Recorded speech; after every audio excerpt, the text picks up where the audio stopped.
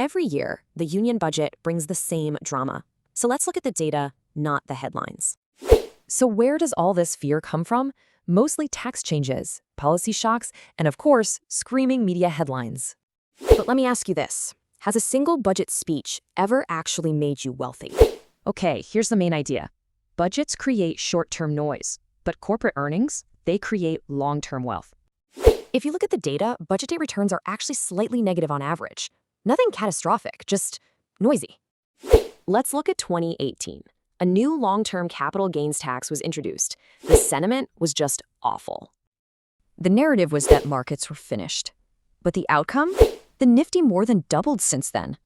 So this is the big question. If taxes destroy wealth, then how on earth did the markets double?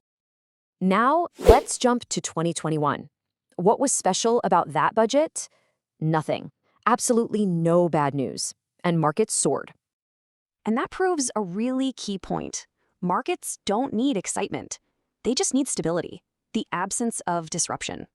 We saw this exact pattern again in 2024. Taxes were hiked, the market dipped, and then recovered within days.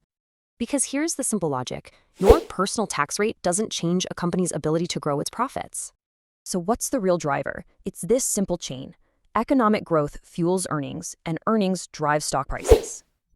This is exactly why quality businesses outperform. Their value is driven by solid fundamentals, not by some budget speech. So experienced investors know this pattern well. Pre-budget uncertainty, budgety noise, and then post-budget clarity returns. And they don't fear this volatility, they use it. They have watch lists ready and simply ignore the emotional noise. So if there's one thing to remember, it's this. The budget decides sentiment, but earnings decide wealth.